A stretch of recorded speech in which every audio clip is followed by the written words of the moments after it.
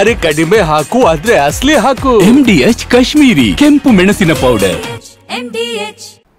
JDS ರಾಷ್ಟ್ರೀಯ ಉಪಾಧ್ಯಕ್ಷನ ಪುತ್ರನ ಮೇಲೆ ಎಫ್ಐಆರ್ ಆಗಿದೆ.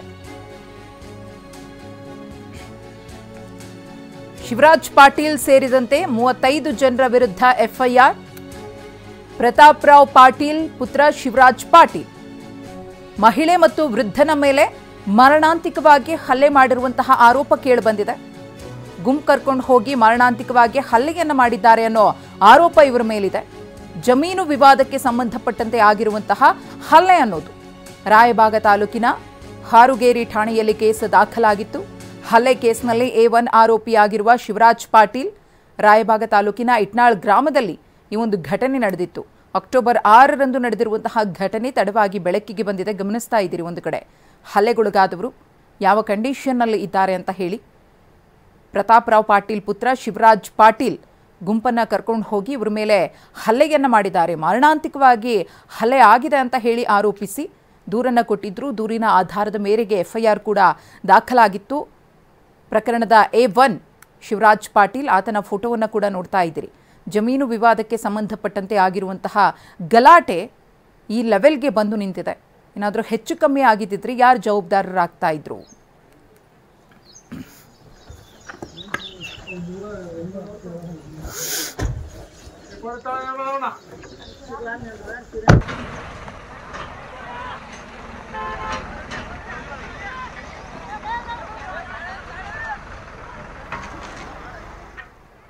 ಈ ಕುರಿತು ಮತ್ತಷ್ಟು ಮಾಹಿತಿಯನ್ನು ಕೊಡ್ತಾರೆ ನಮ್ಮ ಪ್ರತಿನಿಧಿ ಸಹದೇವ್ ಮಾನೆ.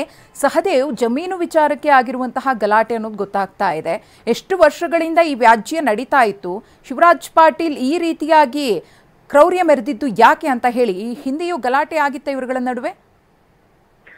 ಮಧುಶ್ರೀ, ಇದೇನು ಬೆಳಗಾವಿ ಜಿಲ್ಲೆಯ ರಾಯಬಾಗ್ ತಾಲೂಕಿನ ಇಟ್ನಾಳ್ ಗ್ರಾಮದಲ್ಲಿ ನಡೆದಿರುವಂತಹ ಘಟನೆ. 4 ಎಕರೆ ಜಮೀನಿಗೆ ಸಂಬಂಧಪಟ್ಟಂತೆ ಹೊನ್ನಾಳಿ ಮತ್ತು ಡಾಂಗೆ ಅನ್ನುವಂತಹ ಕುಟುಂಬದ ನಡುವೆ ಈ ಜಮೀನು ವ್ಯಾಜ್ಯ ಸುಮಾರು 20 ವರ್ಷಗಳಿಂದ ಇತ್ತು ಮತ್ತು ಈ ಒಂದು ವಿಚಾರ ಈಗಾಗಲೇ ಕೋರ್ಟ್ ನಲ್ಲಿ ಕೂಡ ಇರುವಂತದ್ದು. ಇಂಥದ್ದೊಂದು ಸಂದರ್ಭದಲ್ಲಿ ಹೊನ್ನಾಳಿ ಕುಟುಂಬ ಈ ಒಂದು ಶಿವರಾಜ್ ಪಾಟೀಲ್ ಏನಿದ್ದಾರೆ ಆತರ ಮನೆಗೆ ಹೋಗಿ ಮನವಿಯನ್ನ ಮಾಡ್ಕೊಂಡಿರ್ತಾರೆ. ಜಮೀನು ಕಬ್ಜಾ ಏನಿದೆ ಅದನ್ನ ಬಿಡಿಸಿಕೊಡುವಂತೆ ಕೂಡ ಕೇಳ್ಕೊಂಡಿರ್ತಾರೆ. ಇದೇ ವಿಚಾರಕ್ಕೆ ಗುಂಡಾಗಳನ್ನ ಕರೆದುಕೊಂಡು ಟ್ರ್ಯಾಕ್ಟರ್ ನಲ್ಲಿ ಬಂದು ದೊನ್ನೆ ಮತ್ತು ಮಾರಕಾಸ್ತ್ರಗಳನ್ನ ಹಿಡಿದುಕೊಂಡು ಬಂದು ಡಾಂಗೆ ಕುಟುಂಬದ ಮೇಲೆ ಕೂಡ ಕಲ್ಲು ತೂರಾಟವನ್ನ ನಡೆಸಿರುವಂತದ್ದು.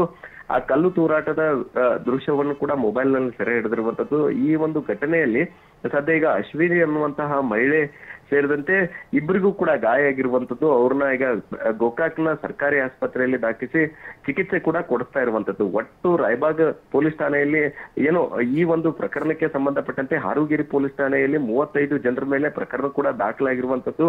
ಶಿವರಾಜ್ ಪಾಟೀಲ್ ಏನಿದ್ದಾರೆ ಅವರು A1 ಆರೋಪಿಯಾಗಿರುವಂತದ್ದು. ಕೇವಲ ಈ ಘಟನೆಗೆ ಸಂಬಂಧಪಟ್ಟಂತೆ ಇಬ್ಬರನ್ನ ಮಾತ್ರ ಪೊಲೀಸರು ಕೂಡ ಅರೆಸ್ಟ್ ಮಾಡಿದರೆ, ಇನ್ನುಳಿದವ್ರನ್ನು ಕೂಡ ಬಂಧಿಸುವಂತಹ ಕೆಲಸ ಆಗ್ತಾ ಇಲ್ಲ ಅನ್ನುವಂತಹ ಆಕ್ರೋಶವನ್ನು ಕೂಡ ಆ ಒಂದು ಕುಟುಂಬಸ್ಥರು ಹೊರ ಹಾಕ್ತಾ ಇರುವಂತದ್ದು. ಇನ್ನೊಂದು ಕಡೆ ಶಿವರಾಜ್ ಪಾಟೀಲ್ ಗುಂಡಾಗಳನ್ನ ಕರೆದುಕೊಂಡು ಹೋಗಿ ಈ ರೀತಿ ಜಮೀನು ವಿಚಾರಕ್ಕೆ, ಕೋರ್ಟ್ ನಲ್ಲಿರುವಂತಹ ಜಮೀನು ವಿಚಾರಕ್ಕೆ ಕೈ ಹಾಕಿದ್ದು ಯಾಕೆ ಅನ್ನುವಂತ ಪ್ರಶ್ನೆ ಕೂಡ ಮೂಡ್ತಾ ಇರುವಂತದ್ದು. ಸದ್ಯ ಈಗ ಏನು ಗಂಭೀರವಾಗಿ ಗಾಯಗೊಂಡವಂತವ್ರು ಒಂದ್ ಕಡೆ ಚಿಕಿತ್ಸೆಯನ್ನ ಪಡಿತಾ ಇದ್ರೆ, ಇನ್ನೊಂದು ಕಡೆ ಆ ಡಾಂಗೆ ಕುಟುಂಬ ಆತಂಕ, ಜೀವ ಭಯದಲ್ಲಿ ಕೂಡ ಕಾಲ ಕಳೆಯುವಂತ ಪರಿಸ್ಥಿತಿ ನಿರ್ಮಾಣ ಆಗಿರುವಂತದ್ದು.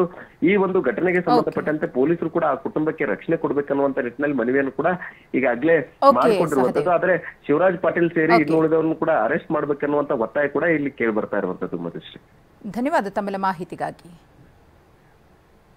MDH ನ ಕಿಚನ್ ಅಲ್ಲಿದ್ರೆ ನಾವು ಎಲ್ಲವನ್ನು ಮಾಡಬಹುದು. ಬೆಂಗನ್ ಕಾ ಬರ್ತಾ, ಆಲೂ ಗೋಬಿ, ಬಿಂಡಿ ಮಸಾಲಾ, ಇನ್ನೂ ಬಹಳಷ್ಟು.